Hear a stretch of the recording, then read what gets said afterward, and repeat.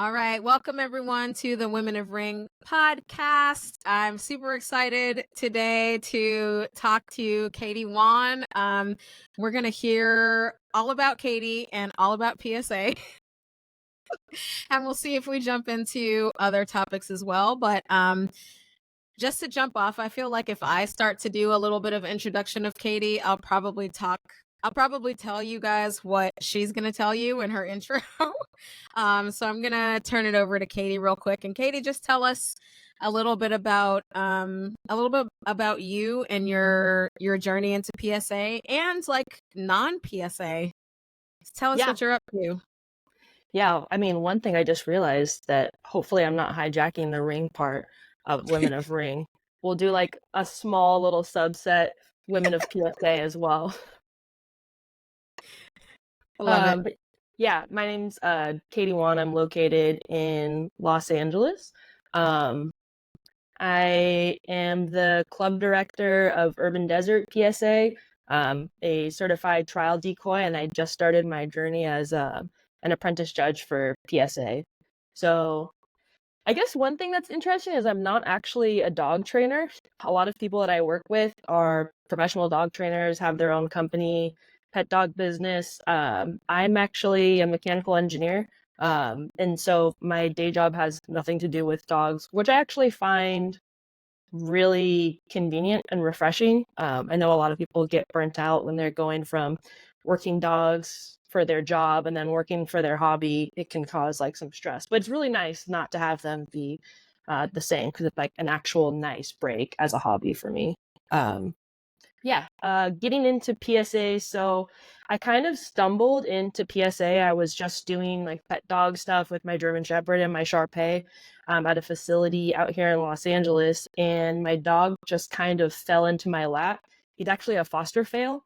So the trainer that I was working with got him for a different client for a PSA club. And then something funky happened and the guy backed out. And so my dog Sancho was just kind of chilling in the facility. And so one thing led to another. I like fostered him for a day and then I was like, all right, I'll take him. And so that's how I got into PSA. So I joined the PSA club there. And pretty quickly I wanted to get into decoying. Like I couldn't sit on the side and do absolutely nothing, and decoying looked pretty fun. So I kind of just started to work my way into the suit, kind of ask what I could do. And then built interest from there. So now that was 2018.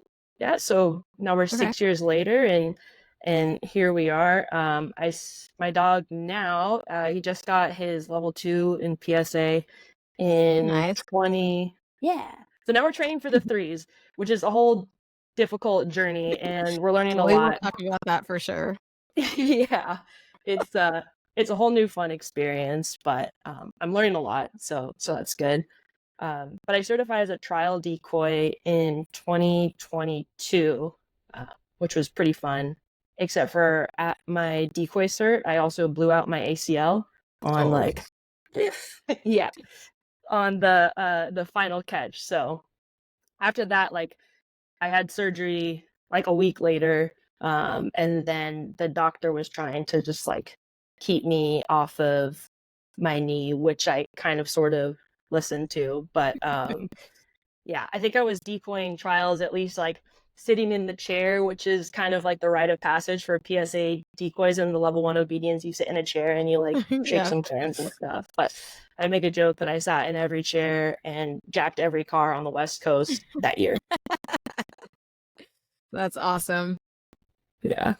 Wow, that's really cool. I love seeing, like, I think it's really natural for trainers to get into sports. I think a lot of trainers start to get bored with pet dog training, which, you know, despite the variation in dogs and cases and families, like just sticking to pet dog training can get a little bit rote for people.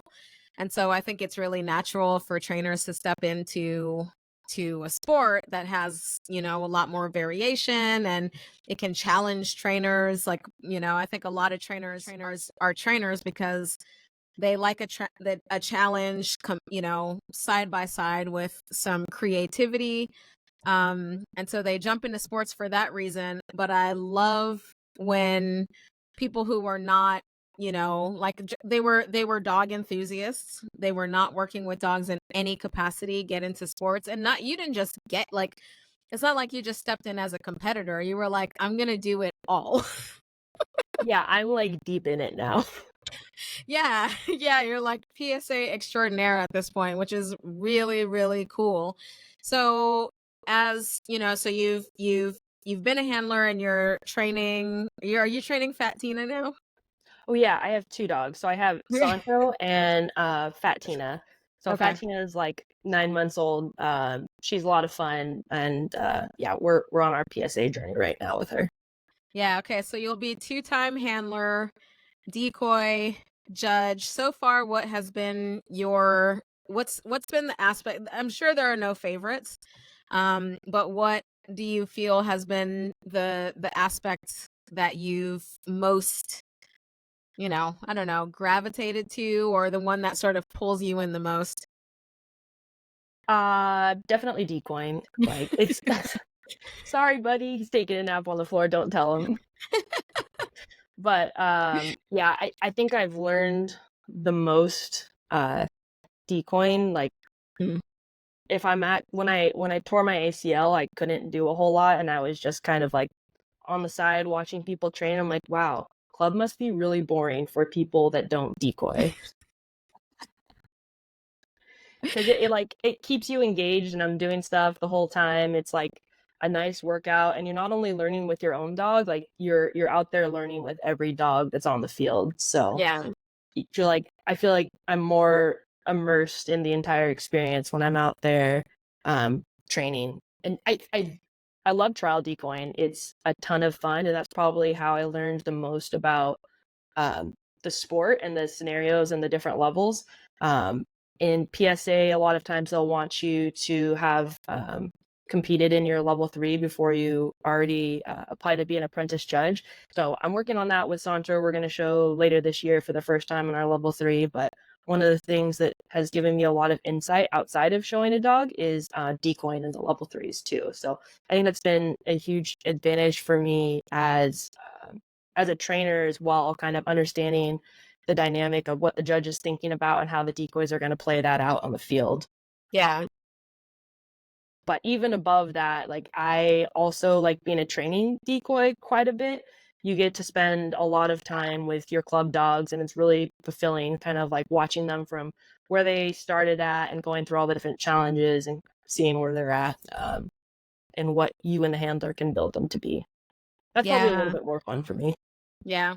I really love being a trial decoy. It's one of my greatest joys. There have been times in my life where my life was like, "Oh, let's go this direction, that direction." And I'm always like, "Does that mean I have to stop decoying?" Because it is. That's actually my like favorite part, especially taking a dog from a puppy who's got, some genetic inclination, but they really don't know anything, and, building an entire program until they get to be on the stage, if you will, is like incredibly rewarding.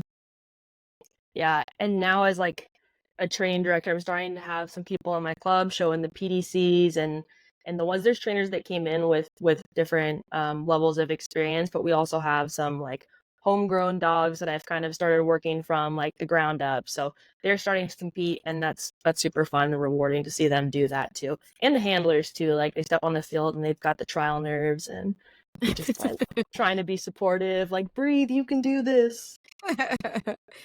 Oh, that's awesome. That's really cool. So I have a lot of questions around PSA. But and I was like, how should I, like kind of dive into these questions, but but I want it to be sort of personal to you. So I'm curious, like what's your favorite exercise, from any perspective, right? From a handler perspective, from a trial decoy or training decoys perspective. Like you can tell us like which exercise you like watching the most, or decoying the most, or training the most. But you know, just like any of the sports, like all of the sports are very complex in their own right. And so I think it would be a little bit wild to just like do a breakdown of all the exercises, but I want to know which of the exercises stand out to you. Yeah. Actually, I might say the muzzle fight. Mm, I don't know if there's any other sport that does muzzle fights in the same way that PSA does. So I think a couple of years ago they've always had muzzle fight in the level 3, but it became mandatory to be. But so PSA is a surprise scenario sport, right? And yeah. one of the surprises in the past could be a suited, unsuited muzzle fight. But a couple of years ago, they made it a mandatory exercise that there needs to be a suited muzzle fight, and they also introduced or unsuited muzzle fight, and they Mm, also introduced in the level 2 a suited muzzle fight. So for I think all around, it's my favorite thing to do, like handling my dog when he's doing a muzzle fight, teaching dogs muzzle fight, and then also in trials doing muzzle fight. It's really fun. It's like, especially from the unsuited standpoint, there's a lot of behaviors I think you can teach dogs in an obedience fashion, but I think a lot of it comes from like natural aggression. When I see a mhm. dog that's doing a muzzle fight, or where you can kind of tap into the dog showing natural aggression in the muzzle fight, like I think that's something pretty special. Yeah. That's really cool that that's what stands out to you, because I definitely think that's one of the things that differentiate, like there are a lot of things that differentiate the sports. But I think, you know, even from a like a casual observer standpoint, that's one thing that really stands out in PSA.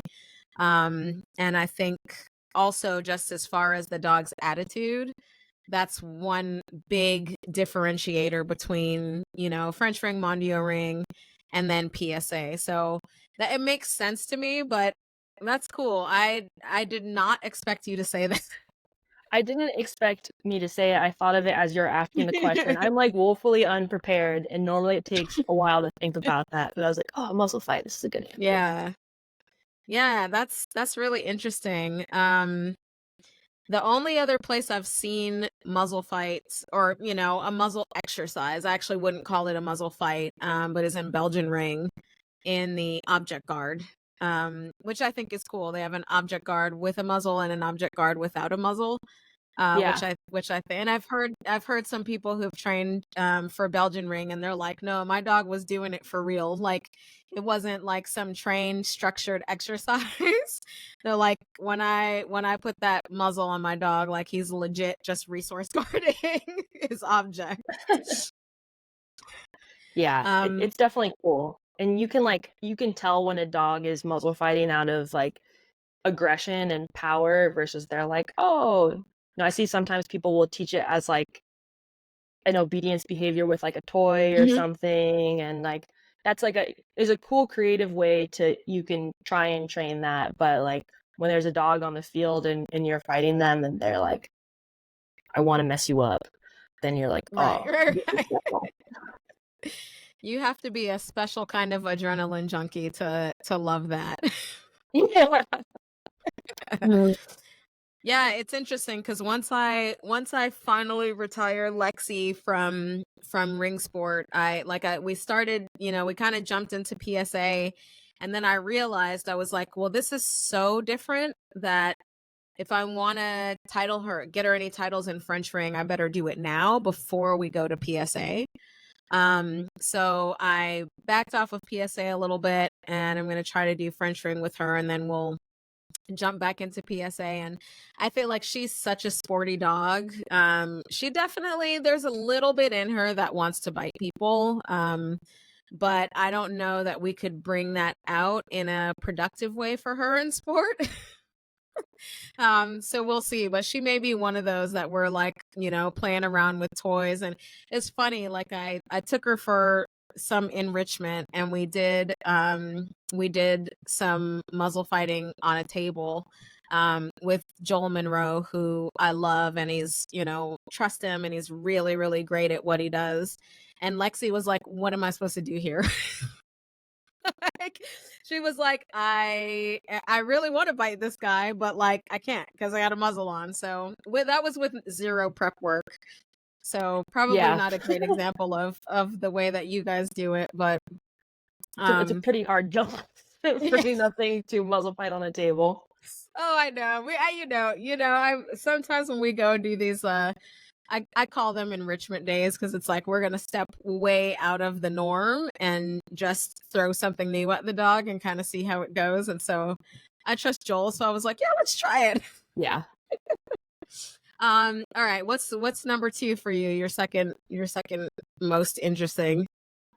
Oh, I wasn't ready for 2. Killing me. So I think now that I'm in the upper levels, like training for it, competing and judging, like the level 3 obedience in PSA, it's like an art form for judges to write. It's really interesting, like watching and decoying and then all of a sudden trying to like put pen to paper and trying to create the same thing. I'm realizing like a lot of the nuances and like the interesting creative things that judges do. And now when I watch people go through the exercise or lay it out, I look at it through a whole different lens. Yeah, it's kind of like the way that judges can set up draws and obstacles and like really be in the mind of the dog makes the level 3 it's like an art form to write. yeah, I bet. I mean, every level 3 I've seen in PSA, and a lot of them have been videos, like the trials I've been to. I haven't seen the bite work portions because usually people really struggle and maybe don't get enough points in the obedience portion to go on to bite work. But even even the obedience portion is like, it looks so unbelievably different every single time. So I imagine like the kind of creativity it takes to be able to put something like that together. Yeah. And I think you were at the trial. We were at a trial together, and you were there for the level 3 obedience. And it's really cool. Like on the West Coast now, the PSA presence has really grown, and now you'll go to trials on the West Coast, and you'll have like 5, 6, 7 dogs competing in the level 3s. Yeah. Whereas in the past you might have 0 or maybe 1 or 2. So it's really cool to see how the different handlers walk their way through each of the different challenges and how they do with their dogs. So Yeah. Yeah, that's just a very cool element. I think Mondioring has a good way of, changing up the variables and making things look different. French Ring, of course, really relies very heavily on the work of the decoys to, make it more or less challenging or look, more or less different. But PSA really like stands out that way. The judges can make it different, the decoys can make it different, the decoys can say different things and use a little bit of variation, and it's a really fascinating sport for me. And I don't know enough about it, but just the like little pinky toe into the water of PSA has been like, okay, this is something that's really cool. So how long is the judges program? Like, what's your apprenticeship look like? ooh, don't quote me on this. So it's supposed to be like between a year and 2 years. And there's minimum requirements that you need to meet throughout that time. And so you need to meet the duration of typically a season. So a season kind of ends at nationals, but if there's things that you need to do, like you have to judge 4 different trials, one of them being nationals, one of them being regionals, and one of the trials has to be under the director of judges, Janet Edwards. And so you have to do 4 trials. And then you also have to get every quarter, you need to submit each of the surprise scenarios. So a level 2 surprise scenario. So level 2 is the first time there's like a brand new surprise scenario. And then level 3, like everything is a blank piece of paper when you walk in. It like progressively gets harder through the levels because PSA is a surprise scenario sport. And if you want to, we can kind of go back and I can explain that a little bit. But yeah, I was actually going to ask you that because I didn't realize that. So in level 1, and I'm just tell me if I have this right. So in level 1, they can choose from among like a number of set surprise scenarios.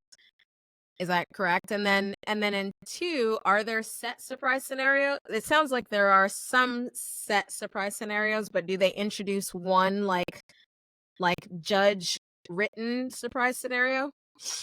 yeah. Oh, So okay. it like it's nice. The PDC is there's no surprise. It's a protection dog Yeah. certification, so it's not a competitive level, but it sets you up for all the different exercises. So you have a healing pattern, and then you have a carjack, a handler attack, and a courage test. And so the first element of surprise that you'll get in the level 1 is like the field distractions.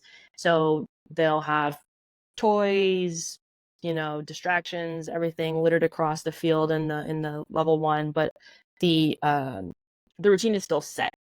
And then once you get to the protection phase, you have everything's the first 3 exercises are set, but they're elevated a level from the PDC. So you still have a carjack, but instead of having a jug of rocks, now you have a gun. You still have a handler attack, but instead of like walking at the dog with a clatter stick, now you might have double can curtains, trash can lid, a gun, whatever. Yeah. And then the courage test is running at the dog and throwing a distraction. And those are all the same set exercises that are like the upgrades from the PDC. But then the first time you get a surprise scenario, so it's not so much a surprise scenario, it's more like the surprise of which of the 5 scenarios you're going to get. So like Got it. they kind of increase the level and break you into the surprise scenario as you go, which is fair because it's the first level and you can't Sure. you gotta have a starting point for people to like progress from. Sure. So there's 5 different scenarios, and the handler, judges, and decoys don't know what it's going to be until the day of. So a lot of times judges will just Siri, give me a number between 1 and 5, and then you'll go to the sheet and it'll be whichever of the 5 there are. Okay. So it's completely random, other than the fact that typically you won't do the same exercise on the first day of the first trial day, which is Saturday versus Sunday. Got it. And then in the level 2, you have now you start introducing the first time you have a completely surprise scenario. So there's like different elements that you'll want to hit. Like there's similar scored exercise you might have. So you might have some obedience points for like a turn. You can put in a send to guard. There's you can now have transports and water and all these different things, but that the 4th scenario that you do is not written anywhere other than the judge's pieces of paper walking into the trial. Nice. And then when you get to the level 3, you have things that you need to do. But so you have to have a unsuited muzzle fight.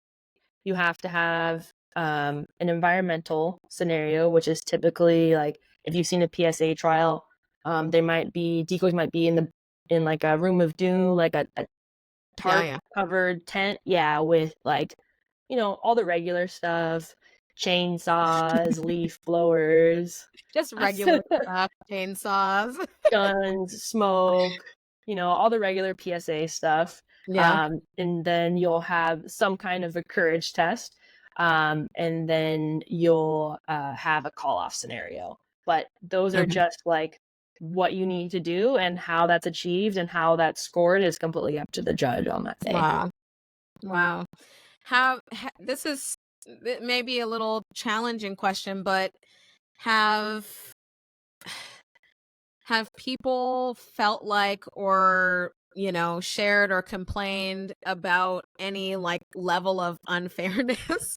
I mean, especially at the threes, like with that much variability. So if you have that much variability in the exercises, then you have to have that much variability in the scoring. And it's a little bit, what I like about PSA, and this is not like, I'm not trying to get into any drama here, but what I like about PSA is the preparation from the PDC to the 1 to the 2. And then, I would guess that by the time the dogs achieve a 2, there's obviously some things that they have to learn still, like an unsuited muzzle fight, it sounds like.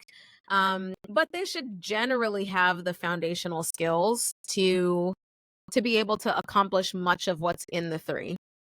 The handler and the dog just have to be ready, it sounds like, for a lot of that variation.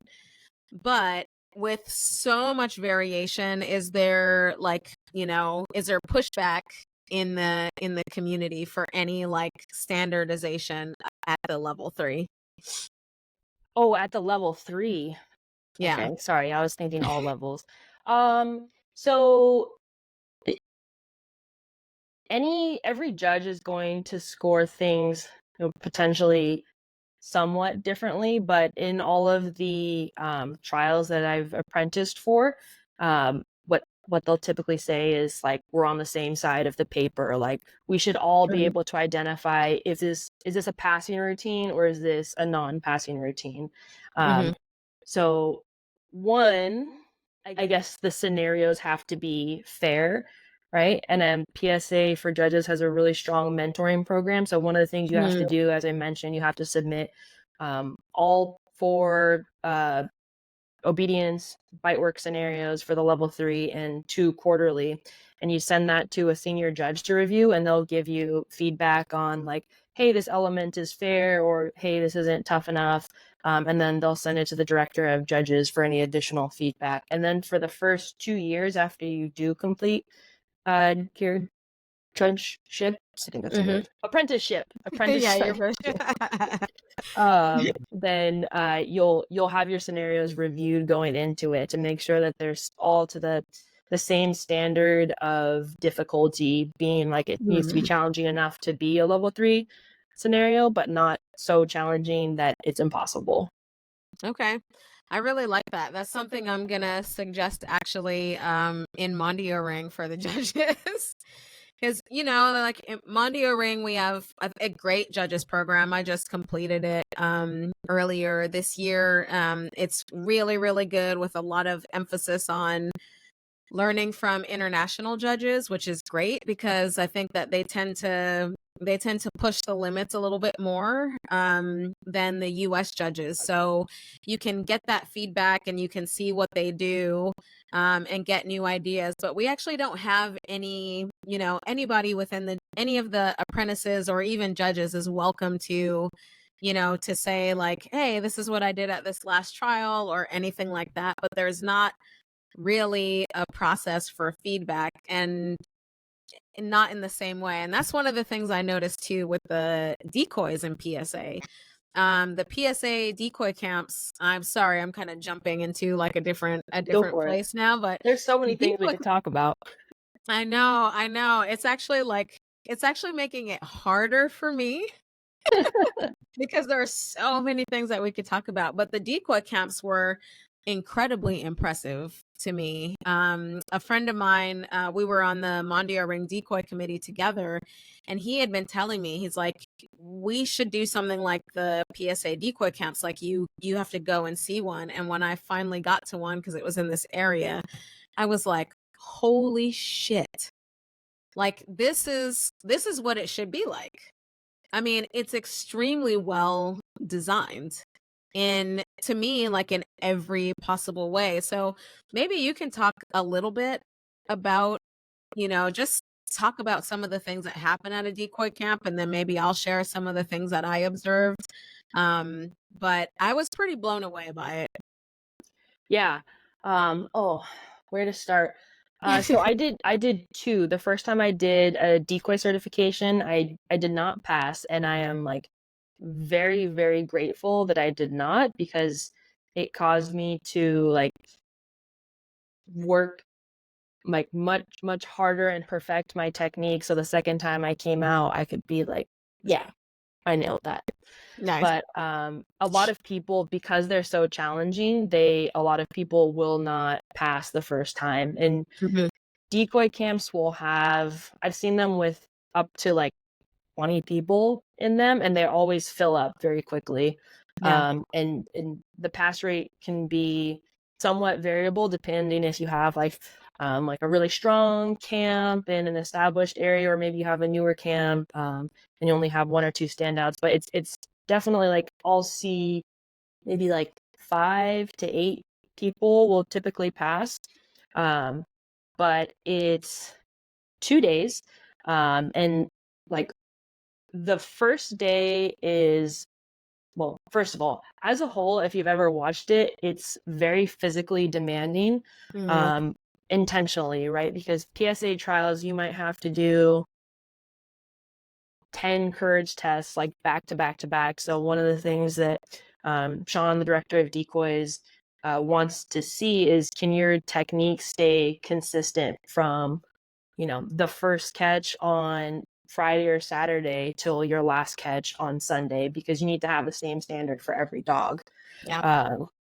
And that's hard to replicate within like a decoy certification. If you were just to show up and be like, hey, I'm going to do, one of everything and it looks fantastic, like how can we be assured that, with fatigue on day 3 of a trial, that you're still going to be able to do that? So physical Yeah. exhaustion is definitely part of it. Mhm. Um, but what I like is day 1 is very instructional. So typically Sean Siggins is the one that will facilitate the decoy camp, but there's other folks who might run it. But day 1, he breaks down, or the instructors break down all the different elements, from like the footwork of walking at a dog to, how to throw a bag, what you're supposed to do with the stick, um, element to element. You'll run through drills like football camp almost. Yeah. There's a line of 5 decoys, and you've got tires on one side of another, and we're going through, step 1, and Sean's got a whistle, and then like boom, you go, next line goes. And it's very structured, and typically there's quite a few instructors. So at the West Coast camp that you were at, I want to say there was like 3 or 5 senior decoys who were there. So every line had like an individual instructor who was able to give the decoys feedback as they go. Yeah. So you get the catches broken down for you, both upper body and for on the leg. So in PSA, the primary target is left bicep, left leg Mhm. for most dogs. So you'll go through and you'll learn intricacies of both of those. They'll also break down like the carjack scenario, but you really get insight to all of the different technique.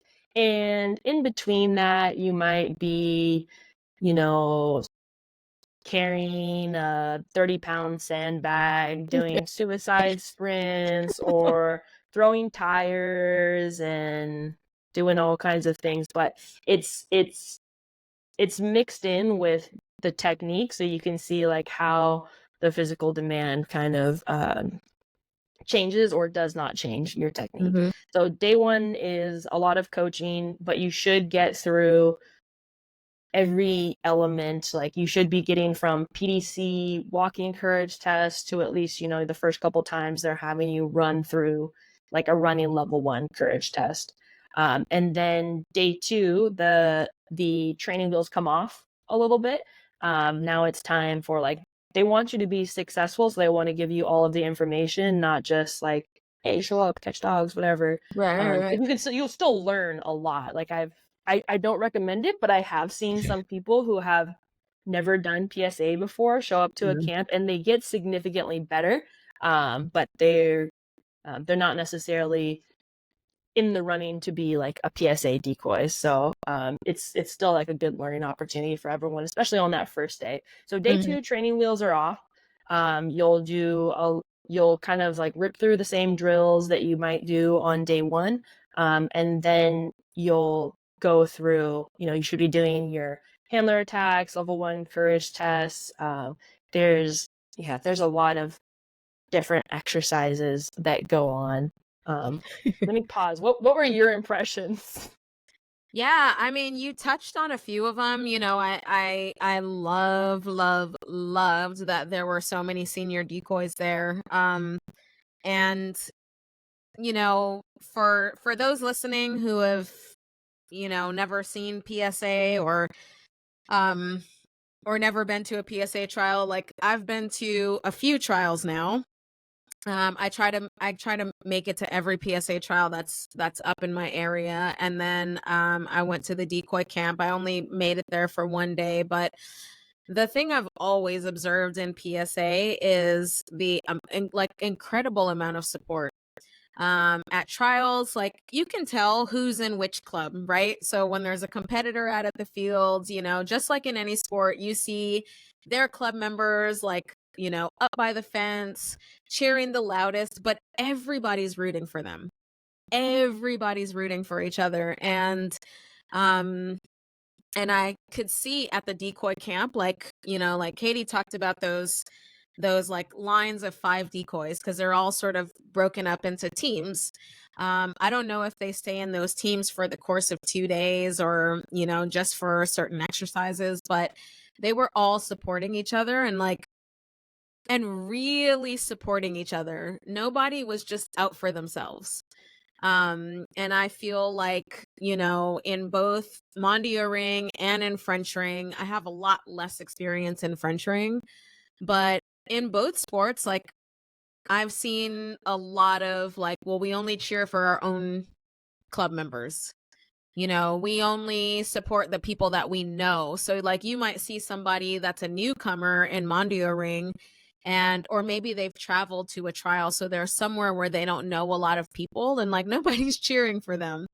And that's I'm always like, I'm at least gonna clap, because I want to sort of change the atmosphere. But I've always noticed that in PSA the amount of support is like ridiculous.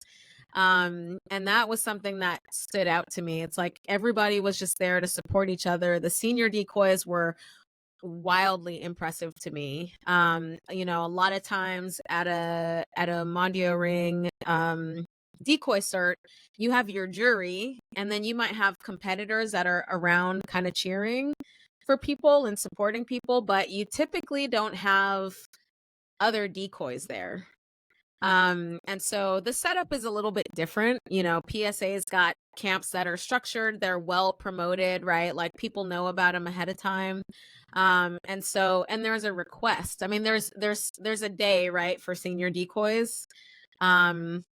Yeah, so if people want to become senior decoys, and they can be there, but I don't know, everything about it. And the other thing that I notice in just having some conversations with people is like the amount of effort the clubs put into preparing the decoys for the decoy camp. It's like I heard people talk like, saying like, "Oh my God, my club like has been helping me prepare for months." Like just to get ready. And of course, you see that in Mondioring and French ring. I just feel like PSA overall has this really bustling, supportive sense of community that's very open. And not that there's not drama, like, there's going to be drama in every sport, but I feel a lot of just support in general in PSA, and it really stood out in the decoy camp. Yeah. Yeah. I haven't done other dog sports other than PSA, so I don't have like a great sense of how those are, but I can definitely say that my experience with PSA trials, like everyone is always like you said, on the sidelines, watching, supporting, clapping for every team. The team goes and does the critique at the end of So the obedience and the protection are separate, right? So every dog will run through the obedience, and you have a critique at the end of a routine. And it's always like everyone's over at the critique side, like listening, people are recording for them, whatever. And whether or not like they pass or fail, like everyone is there, like clapping, supporting. It's I've only seen anything but like positive energy at a PSA trial. Yeah. And like we said, you can really see it at the decoy camp. Like one of the infamous exercises is like you create a big ring to run around. Every decoy Yeah. is fully suited and there's a tire, right? And the first decoy in the line will like drop the tire, and then everyone jumps over it, and then the last person will pick it up and sprint to the front, right? And they do that until the entire line has gone. And when you have a line of like 20 plus people, it can get Yeah. very fatiguing. And usually it's not like the first thing you do in a day. So you could be already spent and then have to do that. And this is going to be gross, but I've seen people like throw up Oh yeah. on the side and like pass out, but be like, I can't do anything. And like one or two other decoys who are in the camp doing the certification are gonna have to run. We'll go and like pick them up and bring them back into the line, like to help them. And that's I think that's just like a good example of the camaraderie within a decoy cert. And then like you said, like the seniors are there, and then the critique at the end, like all the seniors are, or the decoys who are helping with the camp are there giving feedback. So you'll have, it's not just like Sean, the main guy. You might have like 2 or 3 senior decoys, or like a very high level handler or like area director sitting there, and you're getting feedback from every person. So it's very involved. Yeah. That involvement, it makes a big difference, just I mean, even listening to you talk about the judges program and some of those tasks, and the decoys and some of those tasks, like it feels like it's designed to build a family. Right? It's like it's designed for a lot of communication, and it's designed for a lot of support. And, even the PSA Facebook page is like, I mean, it's humongous, and people go with, simple questions, informational questions, to like, complex questions, and the amount of support and responses, like, it just feels like that's the way that, and I don't know, the sport's been around for over 20 years, right? Yeah. I don't know how long it took to become what it is today. I don't know if I imagine almost any sport starts off small, and maybe there was a spark at some point and the growth sort of, became exponential. I'm not really sure, but where it's at now, like it feels to me like a bullet train that's like never going to stop or slow down. It's really cool to even just to step in and like watch a trial and watch the cert, and just to be a part of it that way. um it was something very special. Yeah. No, 100%. And like in the past, so I've been doing PSA for like, I'm gonna say 6 years, and my PSA membership or number is like 2,400 or something like that, which is a big number. But I'm pretty sure that they're at like 3 or 4,000 now, just in like the past 6 years for growth. Yeah. And I want to say we're on every continent except for Antarctica. Okay. So That's cool. yeah, like there's PSA clubs internationally popping up everywhere. Like there's a ton of PSA in Canada and the UK and South America, South Africa, Australia. Like they just did their first trial in Vietnam a little while ago. Like Yeah, I was it's talking all about over the place. Yeah. I was talking with Adrian about that, and that's a cool thing too.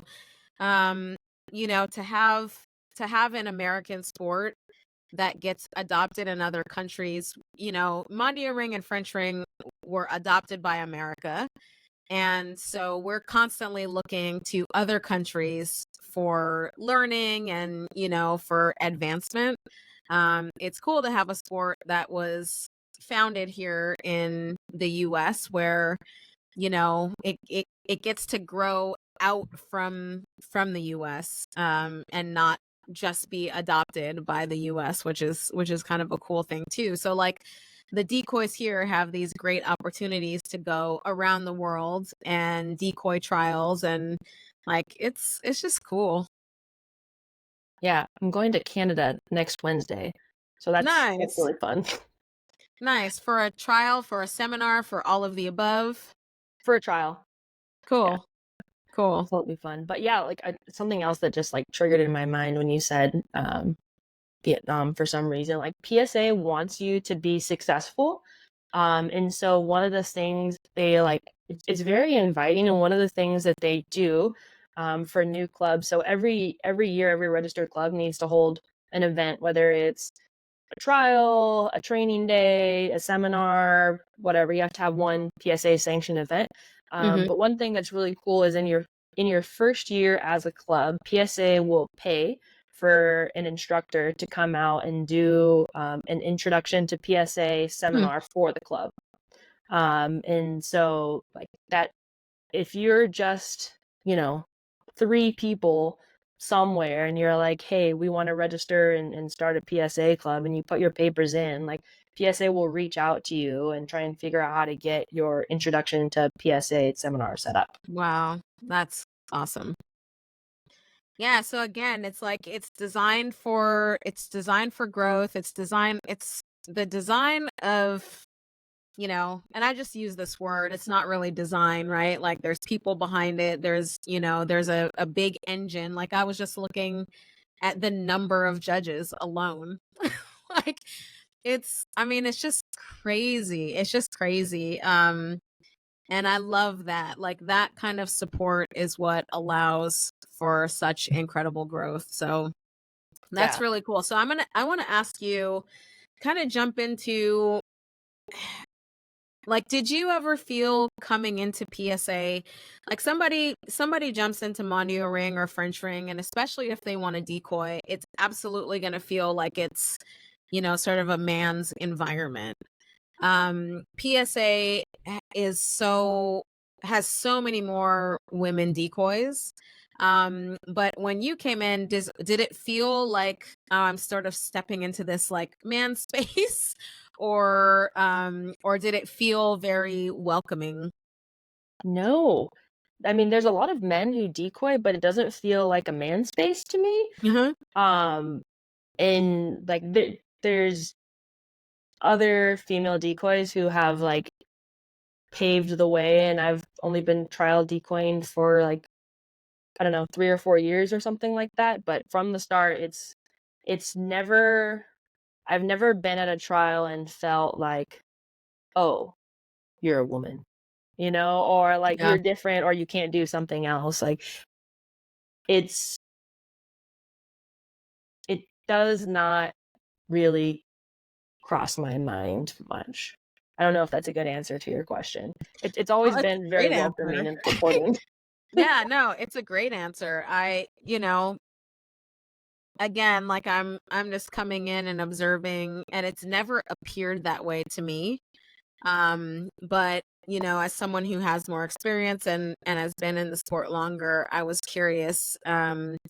You know, yeah, it's just and not that this conversation doesn't have to be a comparison between like PSA and the ring sports, um but that's sort of an easy way for me to, you know, I don't know, to just kind of dive into this conversation, because I have my experience in ring sports, and especially in Mondioring, and you know, women have stepped into Mondioring as decoys. Few go on to be trial decoys, very very few. There's so far been 2 in history, and I know that there are a couple more that are getting ready now to become trial decoys.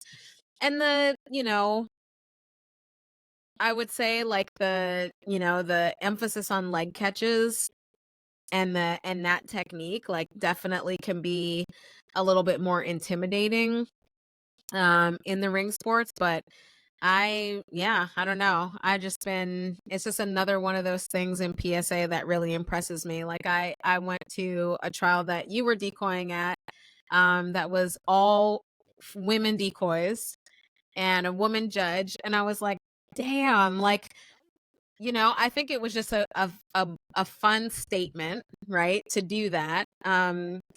Everybody was just as supportive as, if there had been a mix of women and men as decoys. But I was like, this is a really cool fucking statement to make.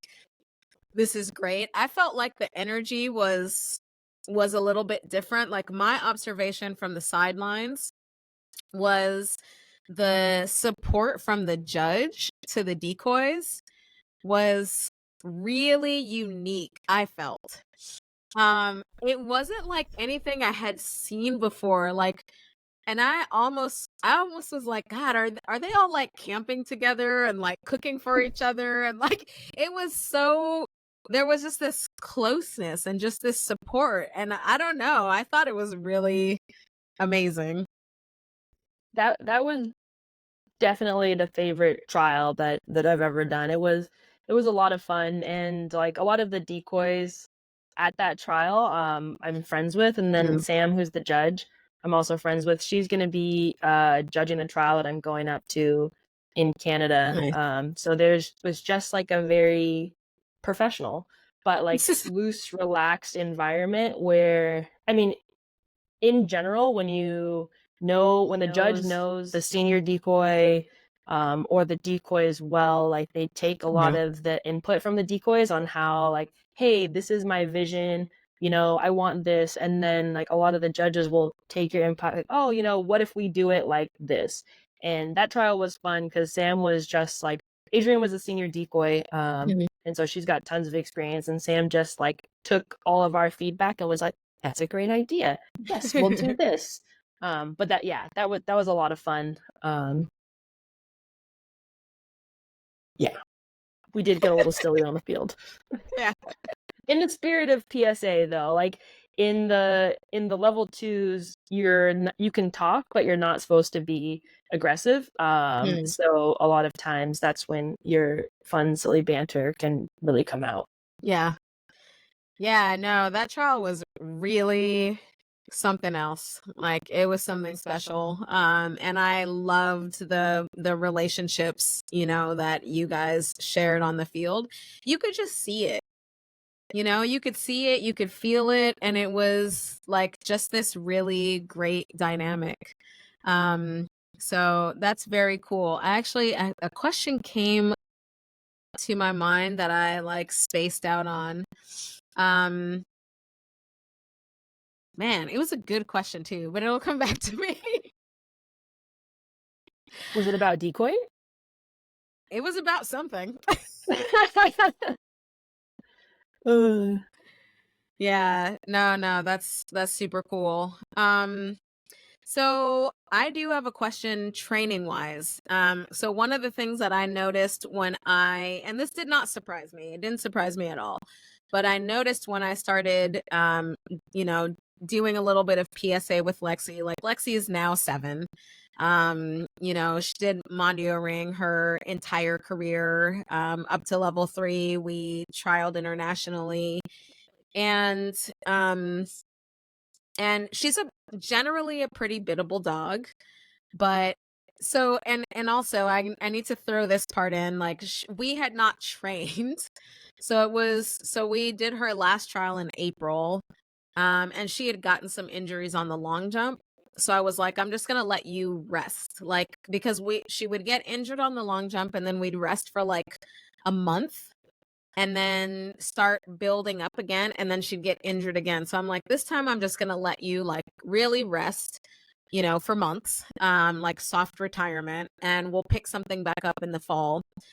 And we started working with Adrienne, which was amazing. And Lexi she was very, very hot, very, very hot, but she was insanely decoy obsessed. So the neutralization to the decoy, I was like, oh, good Lord. Like, I feel like I'm gonna have to start off with Lexi as like a baby puppy. In ring sport, that's allowed because the decoy is not in any of the obedience exercises, right? Mm. So you don't need that same neutralization that is absolutely required in PSA, especially if you want to get to the level 3. So what is I'm curious your training approach, or what are people doing in your club, or what are you doing with Fat Tina? I think in PSA, like, you very commonly train for the 3, like we do in Mondioring, right? Like, we don't start with a puppy going like, well, let's just get ready for the brevet. And then once we get the brevet, then we'll prepare for the 1. It's like we're training for the 3 from the beginning. So what are you thinking about, as far as like the presence of the decoys?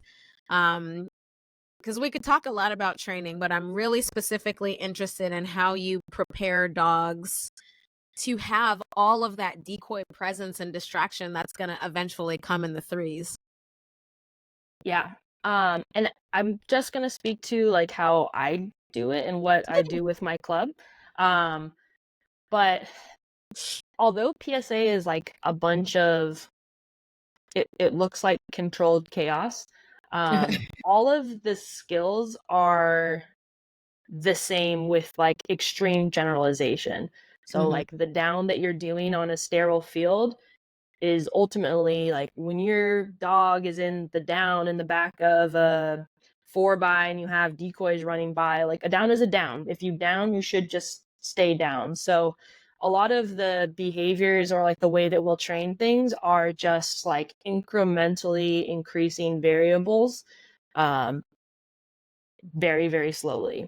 So like, for example, I always will, if we're doing a protection scenario with like, I have a couple of dogs in my club that have, they've gone from the PDC where there's no decoy in the obedience, kind of like in French ring. And Mhm. there's all of a sudden now you're in the level 1s. And in your scenarios, you have to show control around the decoys as well.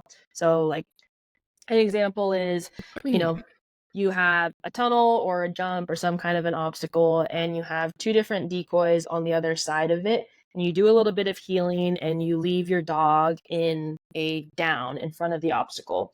So, like, the full picture is you leave your dog in a down, you go to the other side in between the 2 decoys.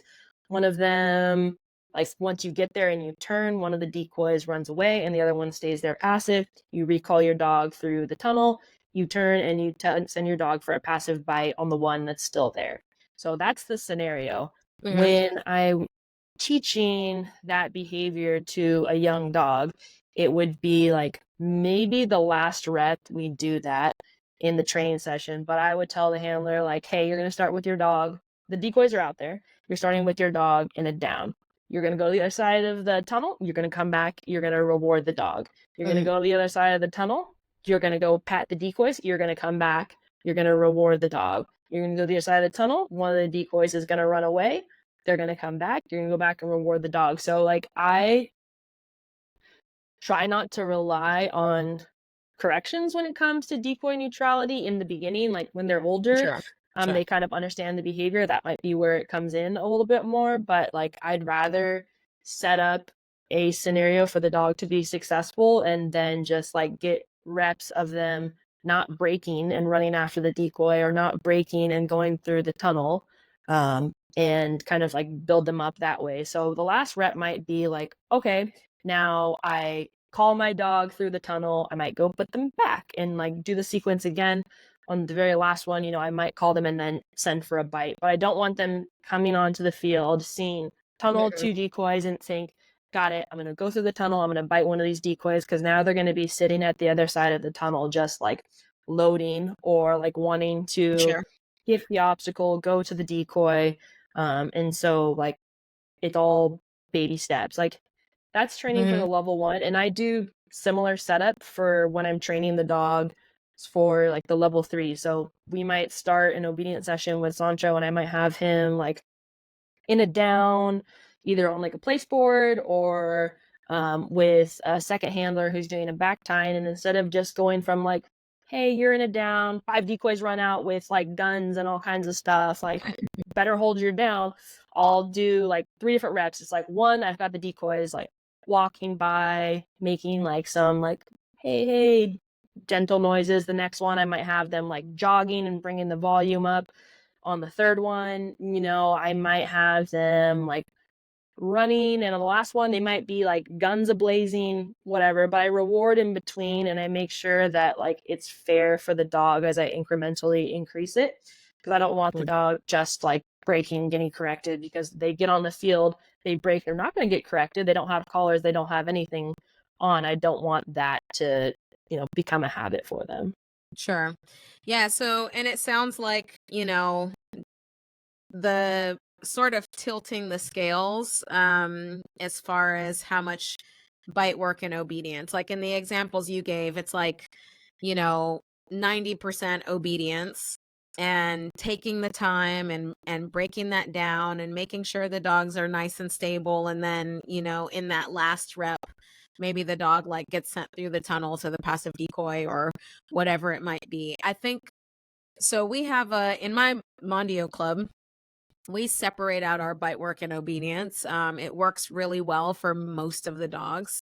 As they get closer to trialing, we, can kind of switch that up, but it keeps this separation. And so what ends up happening is, when the dogs come out and the decoys are there, then they're like, oh, it's bite work time. And, at that point, like they've done obedience, there's already a good amount of control in place. So we're not having necessarily issues with control, but the sight of the decoy in, I think, probably both of the ring sports is definitely a cue that like, well, you're going to bite. So there's, like foundational stuff there that I think if someone was preparing for PSA, the sight of the decoy can't always mean that you're going to bite. Would you agree? Yeah, 100%. And like the levels are set up in a way where they're like preparing the handlers to get to that level. So once you're in the level 1, that's the first time your decoy shows up in obedient. And they're just like sitting in a chair at first. You'll Yeah. heal past them on one leg. They'll be like a gunshot from somewhere else, but the decoy's not doing anything. In the middle of the routine, the decoy gets up. They move to a second chair, and eventually you'll leave your dog in a down or some position in motion in front of the decoy, and they'll have some kind of like a prey item. They'll put it in front of the dog and like pull it for those prey heavy dogs, and they'll have more of like a distraction, maybe like cans or I don't know, something loud, and they'll shake it on the other side. And so the dog is not supposed to bite there. If the dog bites in obedience, then like you don't go on. Yeah. But PSA is technically still split into you have an obedience portion. If you don't pass your obedience, you don't go on to bite work. Yeah. But in the level 1, you're not allowed to bite. The distraction goes up to the level 2, where now you're doing the same type of general exercises, like you're still doing a down, you're still doing a figure 8, but now you're figure 8ing 2 decoys who have like sticks and are telling you, your shoe's untied or something like that. But then once you get to the level, so you build that neutrality, and then once you get to the level 3, like all bets are off. You could start your level 3 by putting on a muzzle, doing an unsuited muzzle fight, and then getting that dog in like a elevated, like jacked up state, and then all of a sudden now you're going into like control obedience. So it's when you get to the level 3 where the dog obviously is still gonna have a hard time seeing a decoy and maintaining control in the level 1, level 2, but you can generalize it to you should not be getting a bite in this context. In the level 3, like a lot of times they'll start off with some sort of bite or agitation heavy scenario that gets the dog in that mindset, and that's where the balance between like power and control comes in. Yeah. Interesting. This is just like a personal question, but I was starting to cue Lexi out off the field. So I always cue my dog. So before we walk on the field, I cue my dogs, for me, it's good to separate because our everyday life is like we're always on fields, right? We're always at parks, we're always on Yeah. field. And so I want my dogs to understand, like, when we just go to the park, like, yeah, you can chase the ball, you can have a lot of freedom, you don't have to pay a ton of attention to me. But when I give you this cue, that means we're going to train. Like, this is one of those times that I want your, basically your undivided attention. We're going to work. I had started actually to cue her, and this was just something I thought of. I have no idea if it's a good idea for the sport. But I was like, I'm gonna try this, like cueing her that, this is obedience. So, and having decoys out, when we were keeping things very, very simple. Actually, no, we did have a little bit of fun. So it wasn't always simple. But and this was with my Mondio decoy. So this was not with PSA decoys, but coming out, doing obedience, and just kind of teaching her, like, when I cue you this way off the field, you're not gonna bite on the field. So, and she's one of those dogs that's like, she's an overgeneralizer. I think if that's something I continue, I could convince her of that. She wasn't convinced, but we didn't do a lot of reps, and we're probably moving way too fast. But do people in PSA, as far as your club and your training group, or just that you've seen, like, is that something that people try and do, or that they feel is sustainable for their dogs? I don't know if in that same way, because once you get to like the level 3, like the routines are really long to be on Yep. the field. And my dog is not that smart. So if I told him like at the beginning of a session, like, hey, you're not gonna bite, we would take 2 steps and he'd be like, butterfly, like, forgot. So I just try and more like generalize the behavior. Like if I'm telling you to down, we're going to change, every possible variable that we can about this down, but you should remain in a down Mhm. until, you hear the command, bite, recall, whatever. So I think you just need to have really strong behaviors for the dog to know that like this means that, and you're not going to get a bite in that context. The Sure. only thing that and the only thing that in every, this is, how do I say this? In every level, like competitive level, you should be telling the dog to do something. They should not be making the decision to go do that themselves. The only Sure. exception would be like in the handler attack. It's when, you've got your dog, you're in bite work now, you're healing away from a blind in the PDC, you're healing towards a blind in the level 1, and a decoy comes out and surprises the dog, and you want your dog to immediately go to that to go bite that decoy. And so it can be, if you have a stronger dog where to going to bite the decoy is never going to be the problem, you'll probably train for someone coming out of a blind making a noise and your dog is still healing until, so you might do reps of you're doing that, decoy comes out, dog ignores,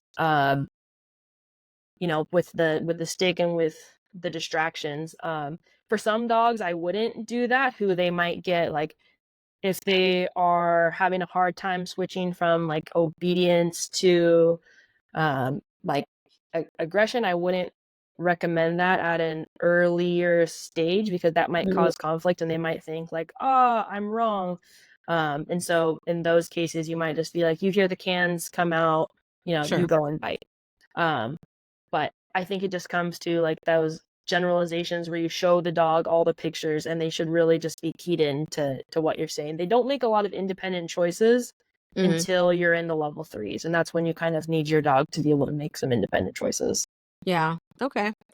Yeah, I definitely think, like, I think I'll learn some interesting things, like switching from one sport to another.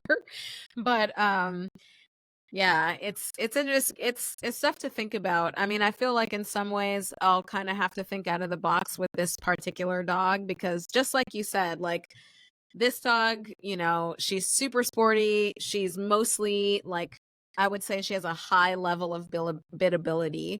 And so even though she can be very, very hot to bite a decoy, she also can be overly obedient. So finding a balance like at this stage for her is gonna be really interesting. But Yeah, yeah. for sure. And the exercises are challenging, and you kind of like have to know your dog and how you want to approach that. Like there's 3 dogs in my club right now that are training from the level 3, and they're all very different. So Mm, one part of us, running through a scenario, I might train my dog completely differently from another dog in my club, sure. just because you know you have to handle for when things get crazy and shit hits the fan. You have to handle for like knowing your dog. So I think that's a similar thing when it comes to training. Like there's no right approach, and a lot of the times it should be tailored to you and your dog because it's Yeah. so difficult and random. Yeah. And I just will say, like, that's one thing that I think is really impressive about you, and like your journey into PSA, to be, being a handler, becoming a decoy, becoming a training director. um you know tr- Training dogs is not rocket science, but it is challenging, and it has a lot of nuance. And there's genetics, and there's personality, and we've got like differences in end goal, different handlers that change a lot of the variables. So I'm impressed. Like, I think that people who are professional trainers, like, obviously the learning curve is going to be less. Although, people who go from pet dogs to sport, like to training for a sport, there is oftentimes still a pretty big learning gap. Yeah. But the foundational concepts, they tend to have a grasp of. But I don't know if I necessarily have a question around this, but I do sort of want you to talk about that. Because I think that sometimes people are intimidated when they come in and they're not a trainer, Mm. and they have a lot of goals, and a lot of things that they want to do in a sport. Like, a lot of people come in and they're like, I want to go to the championships, and they've like never had a dog before. Yeah. um but they might not have the background. So I think that you're someone that can really encourage people that are maybe coming in from a totally different walk of life. So I'd be interested in you to just talk about that, and maybe from the perspective of like, how would you encourage someone who wants to come into PSA and do some really great things, but they haven't been a trainer, and they haven't handled a dog, and they don't have this kind of experience. Hmm. It's a good question. I wouldn't say that I started like my PSA adventure being overly ambitious. I wasn't like, this is my first Dutch Shepherd. I'm gonna get a PSA level 3. Like for me, it's always kind of just been, hey, I'm doing this fun thing with my dog, and like, oh, cool, there's this thing called decoying. Like, yeah, let me do that. Like, Yeah. oh, cool, this we're learning this, that, and the other for training. So I would say like in that way, I've maybe been like a little bit short-sighted, but it's worked out pretty well. Yeah. Um, but I think that like what's helped me the most is I've been in a lot of really positive training environments and had a lot of really good mentors, where it's helped me be successful. So I would say that like the most important thing to do for someone who's interested in doing sport is to find a mentor, ideally near you. But I mean, it can be difficult because in the dog sport world, you'll have like little clusters of where people train dogs, and then you might be 2 hours from those people. But like I've in my first couple of years, I drove 2 hours each way twice a week to San Diego to train with a group of people that like I want to be like surrounded by with good Right. positive energy to you know,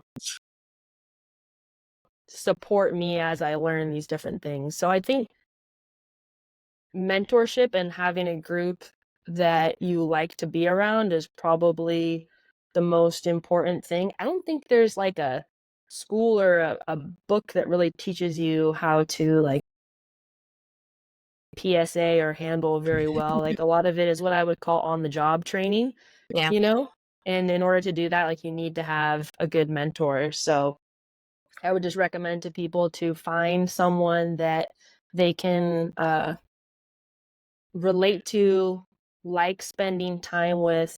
When you watch that person train, like look at the relationship they have with their dog and think like, is that something that does that reflect how how you want your relationship to be with your dog?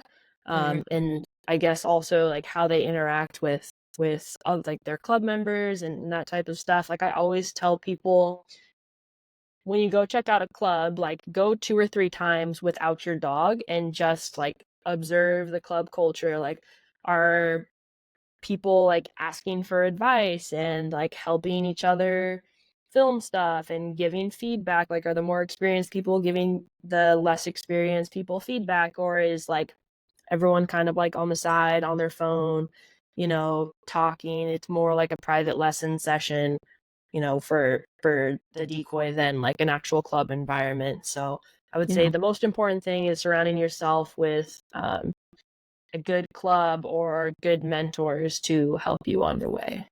Nice. I love that. The mentorship part is really important. It's always been really important to me, and anything I want to do in life, like find a mentor.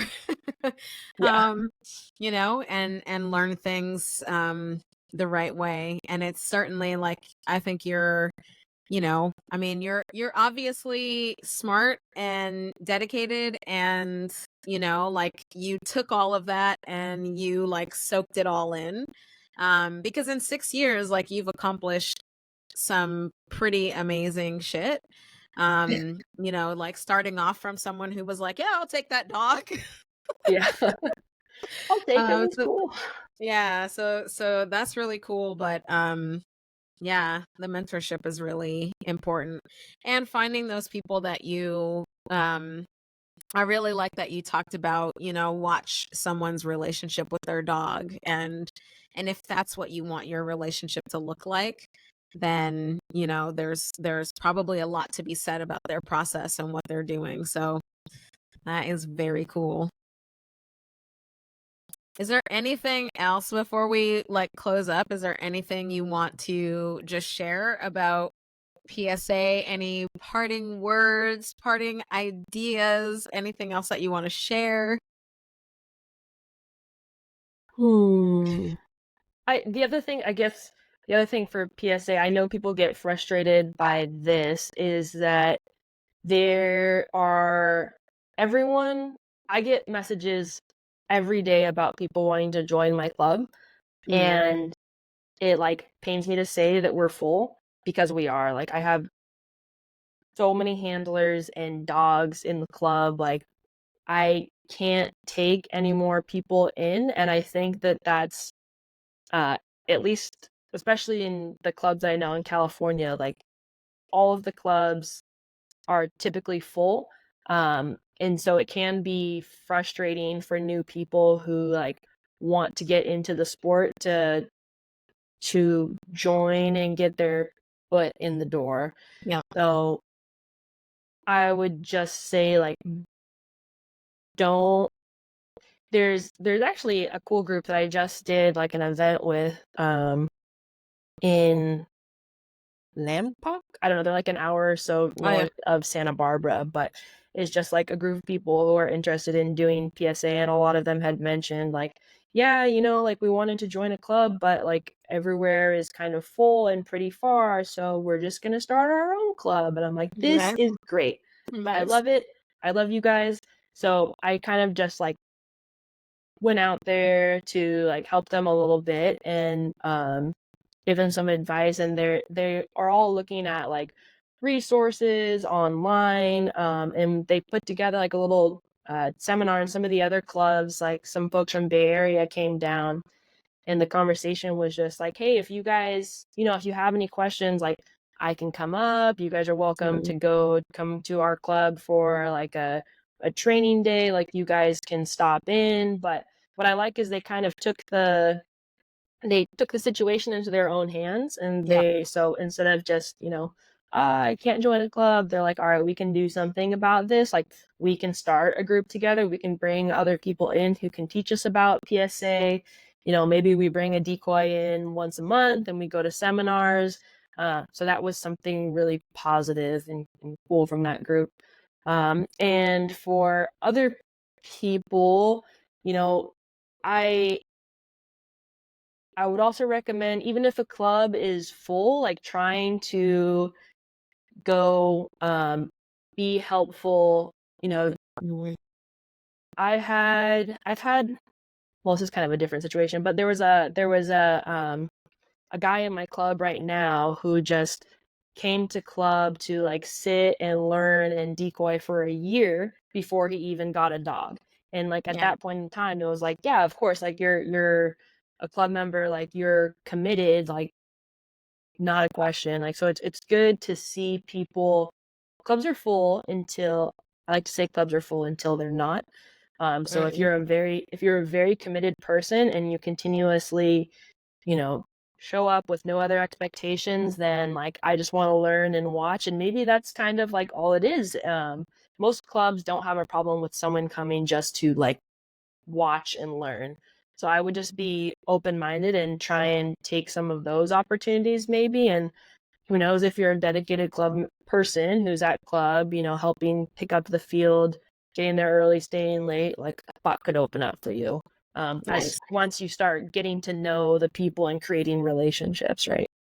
Yeah, that's really great advice. I've had a couple people like that in Mondio Club too, that, one came for 2 years, 2 years, and was just being helpful, supportive, was like coming out to club, learning about the sport before she got a dog. And then we've got one guy in our club who's awesome. Like he came out, started learning how to decoy, started learning about the sport, and then got a dog a year and a half ago, and that was after he was coming up for at least a year and a half.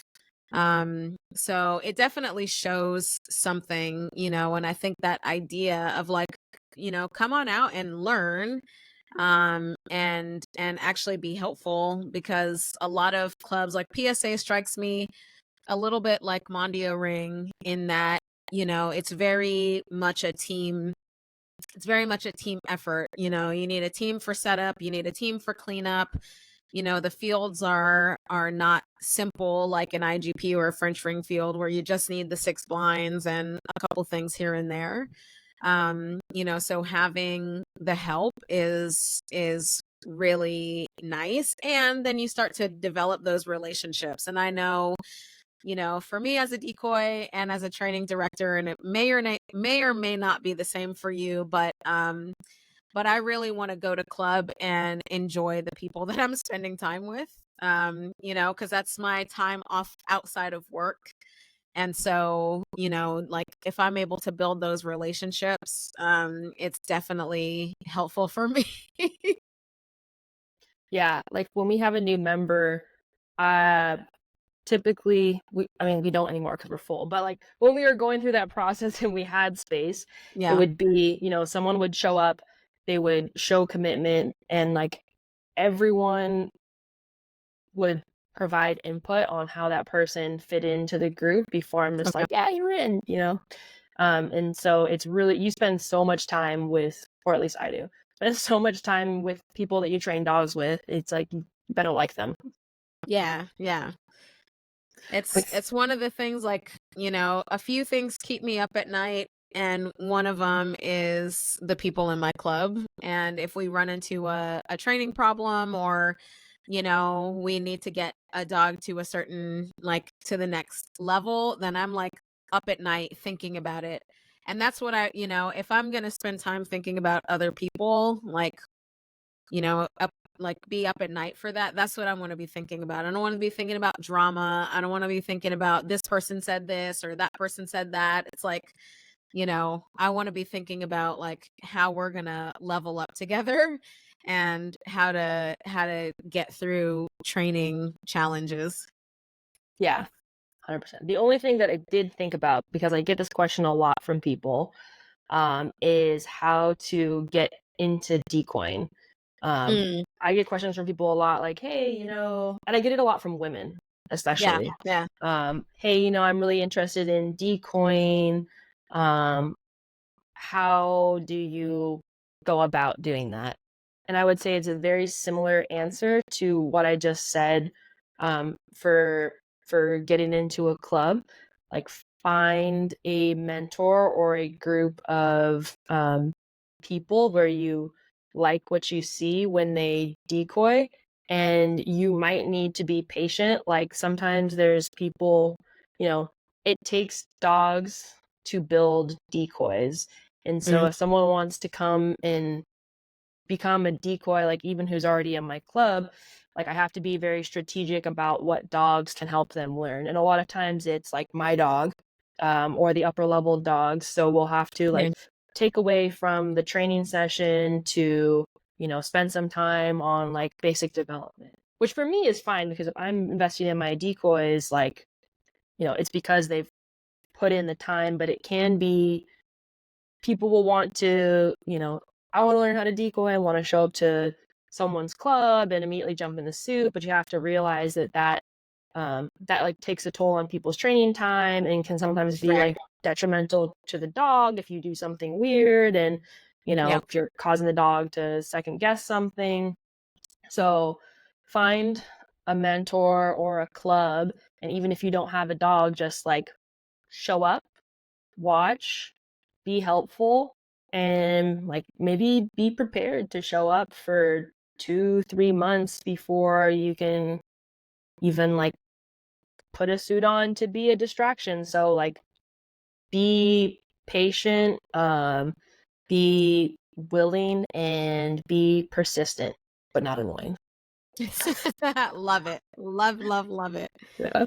That's cool. So that you reminded me of one question that I wanted to ask you. And again, I just want you to talk about it. It's not necessarily a question, but I know you're out there like catching a lot of bangers. like you're you're getting thrashed out there. And so like what's that like for you? How do Yeah. you prepare yourself for that? What's that like? How do you stay safe? Like talk about that a bit. Yeah, I always, Stephanie, I always make jokes that she's trying to kill me, because she makes like, she just breeds huge bangers that like, and then all of my club members are, including me, are getting these dogs, and I'm watching them like grow up, and I'm like, great, you're gonna be huge. You're 9 months old and you're taller than me. Like, That's funny. thanks, Stephanie. Yeah. But like, yeah, catching bangers. I think it's like an adrenaline junkie thing where it's just like really fun for me, but at the same time, like, you do have to be safe. Like, anytime I'm catching a banger, I'm like, hang on, let me check the grass everywhere, because if I trip when this dog is coming, like, bad day for Katie. I have to like, I'm not like old, but like I have to stretch, I Sure, have to sure, sure. stretch, Yeah. I have to work out, I have to check my equipment for holes, like, and yeah, there's definitely like a physical element where you need to stay in shape to be, a trial decoy, but just to like maintain yourself if you're catching bangers every day at club. Yeah. But it's fun. Sometimes I will have to like physically prepare myself mentally. If someone asks me to do something like kind of ridiculous with a banger, I'm like, all right, let me just take a, here we go. Yeah, it's like, I've got this really fast dog in my club, Link, and Sarah, if you're listening to this, I love you so much. But sometimes she'll like, the dog is an absolute banger. Like, one of the dogs, you show up to a trial and the dog is a catch, and everyone's like, oh, good. But now he's like he's in the threes, and so we have to like really make up challenging scenarios. So there'll be like a call off where I'm trying to be in like a little tiny ball until the very last second the dog comes, and then jump up and catch like this bullet. And every time, and I love Sarah, she's like, that was really good, can we do it again? I'm like, yes we can, because I love you and your dog. Oh, that's funny. So yeah, it's fun. I joke that the handlers are trying to kill me, but I love it. I would be bored if I didn't catch bangers all day. Yeah, yeah. No, it's funny. I don't know what happened. Like a few weeks back, I was doing a session with a French ring dog, and that dog is a damn bullet train, but he's big. I mean, he's, I don't know, 90 pounds or something. So he comes in and he hits really, really hard. And I had told his owner, and I should preface this the same way. Like, if you're listening, I do love you. But I was like, yeah, like something was going on. I don't know if it was like some fatigue and I kind of warned her at the beginning of the session. And she's like, so we get to the end of the session. She's like, can we do some fleas today? And I was like, absolutely not. Yeah. Like, absolutely not. That would not be safe for any of us. Yeah.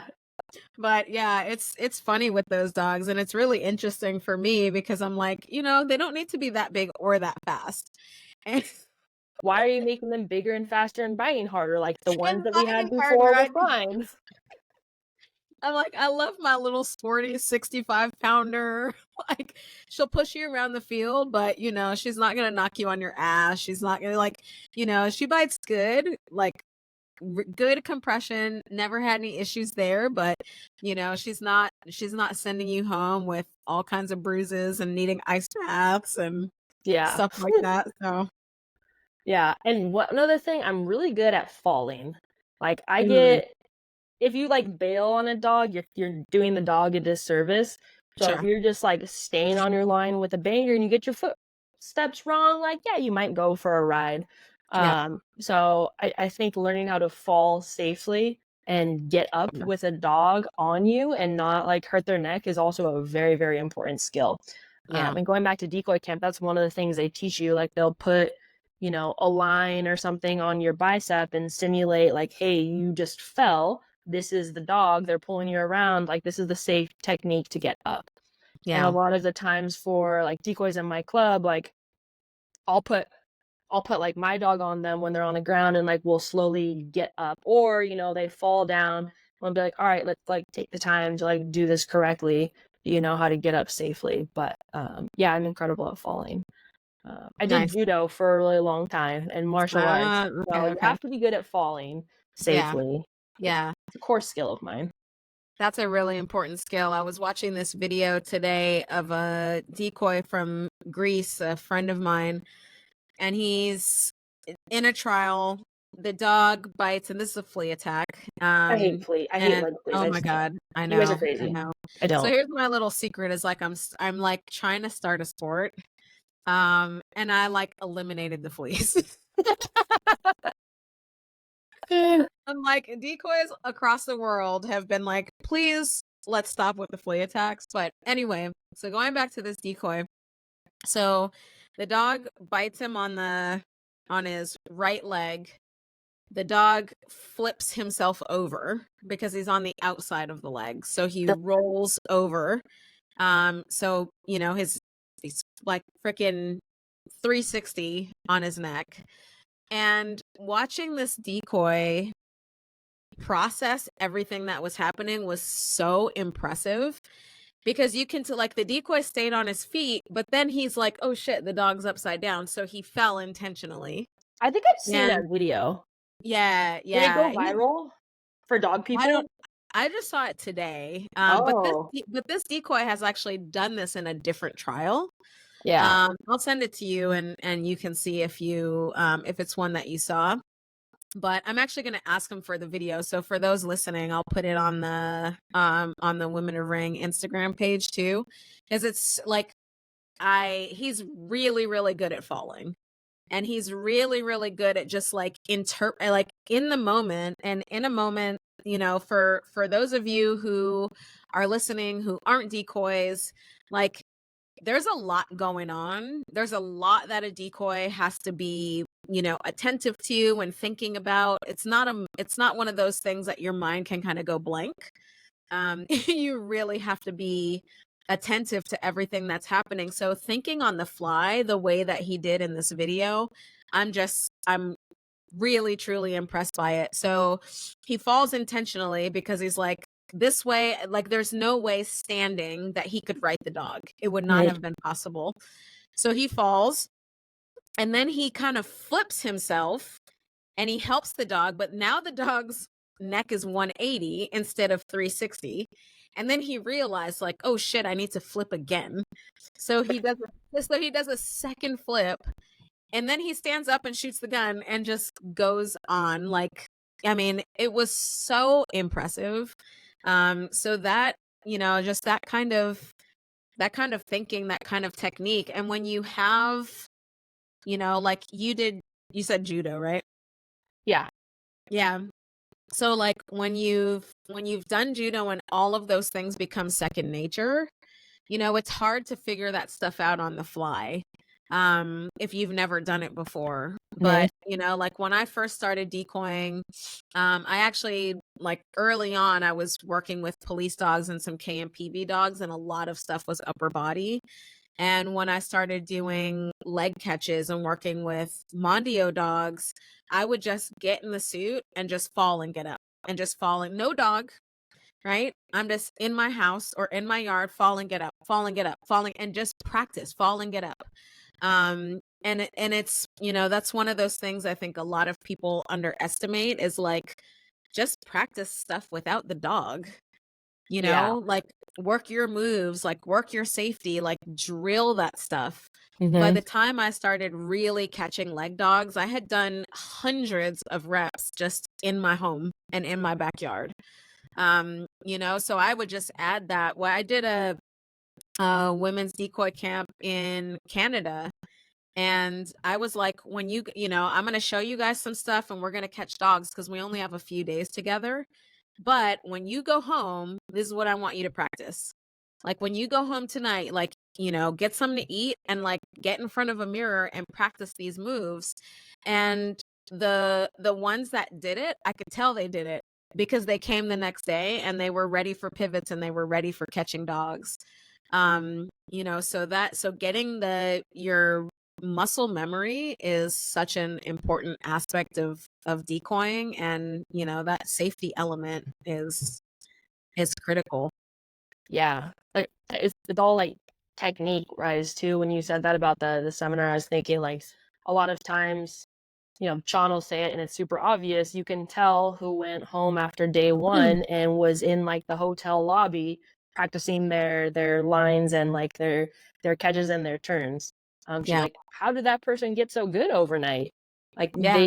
they worked at it because they know that there's so much that you can do outside of actually catching dogs to improve your technique. And one of the big things you'll see in PSA training is like using a tire, right? So like you'll put a big tire on like a line or whatever, and you'll run, and then like the tire then kicks into the same feeling of like a dog catching you, and you can do your whole transition and drive without a dog. When I was prepping for my decoy certification, I probably looked like a crazy person at a park because I would just carry like my big old tire, put my entire suit on, have like some chains and all kinds of stuff, just like working my drive in the middle of a park. Someone asked me if I was a fireman one time, and I'm like, how did you get this from that? I'm like, Oh, good guess.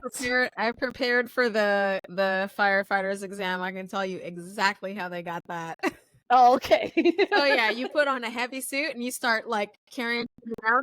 It looks like you're in a weighted suit, right? Like a firefighter's apparel, and then you're carrying a tire, which is like carrying the hose. Like, yeah, That's fair. You've got like suspenders. Sometimes I would just wear like the pants and no jacket. I've got like suspenders and carrying a sandbag. So yeah, it's true. No, that's cool. I mean, really great information for people. Great tips and feedback. Like this was really cool. I suspect that this will be listened to by lots of PSA folks. Like once I tell them that you're that you're on. Oh, don't make that Very face. It's really stressful. good. No, it's really good. And I love all the, just like how to get started, how to get involved, how to prepare for decoying. Like, all of that stuff is really good information. And the overview of PSA was also really good for people that don't understand the sport as much, or how the levels become, more complex as they advance. It's really, really good. Yeah. Yeah. Disclaimer to anyone who does PSA: if I botched something, just don't leave that in the comments. Just let it slide. Let it No go. one needs Let to it go.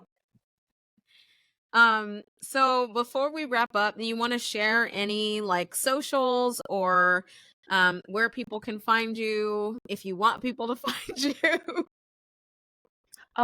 Shoot. I mean, you can find me. You can find me on Facebook. My name is Katie Wan. You can follow my dog's Instagram. I don't even add Sancho things, or you can, if you want to check out my club page, that's probably a little bit better. You can check out Urban Desert PSA. I don't know if there's like dots or if it's one continuous word, but you can check that out. Cool. If Yeah. you do want to ask questions about decoys, like I respond to people all the time if they have questions about decoying or stuff like that. So feel free to reach out to me. Nice. Nice. Well, thank you, Katie. This has been a lot of fun. Oh, I have one suggestion. Last Oh question for yeah, you go before we for it. go. Go for it. Are you going to do an intro theme song? I do have intro music, Oh, okay. and yeah. But tell me your suggestion. No, I'm just curious. I was just thinking. So you had Oh, you're episode just oh, that one. is your suggestion, is to do some My intro. suggestion is just you should have cool intro music, theme song or something. Okay. I Is it do going to be on the have first or your first guest episodes? okay, so here's the thing. Here's the thing. So so like I wrote out this whole script, and I found music to go behind it, but it's pretty intense. I actually I played it for my best friend, and I was like, is this really over the top? And she's like, no, it's very you. It's perfect. um but it's like it'll be like a minute long, so I was like, I think I'll just put it like every few episodes. It'll kind of go at the beginning, but the music will play, I think, at the beginning and end. This podcast stuff is new for me. So I'm like trying to figure out all the little things, but I like the intro and outro music. So I'll have something for sure. Cool. I'm Yeah. excited to see it. Yeah. The Hear it. music has been selected. If you have any other like, it's hard to find music that you can use on podcasts. It has to be like, you have to, this music I found, I just liked it. It was like upbeat enough, and but it cost me a pretty penny to buy it. So you have to buy rights to it so you can use it in a podcast, and then because you're going to use it repeatedly, they charge you a lot more. So, yeah. So what you need is for one of your fans in the near future to create a custom intro music so you don't have to pay anyone. Yeah. Well, I would pay them, but if it's like royalty free and I can just pay them like a one-time thing, like I'd be down for that. I'm not creative like hella that, but I'm sure someone is. It's definitely somebody is, yes. Dope. All right. Well, I'm gonna stop the recording, and then we'll jump back into the studio, and then we can wrap up from there. Thanks, Katie.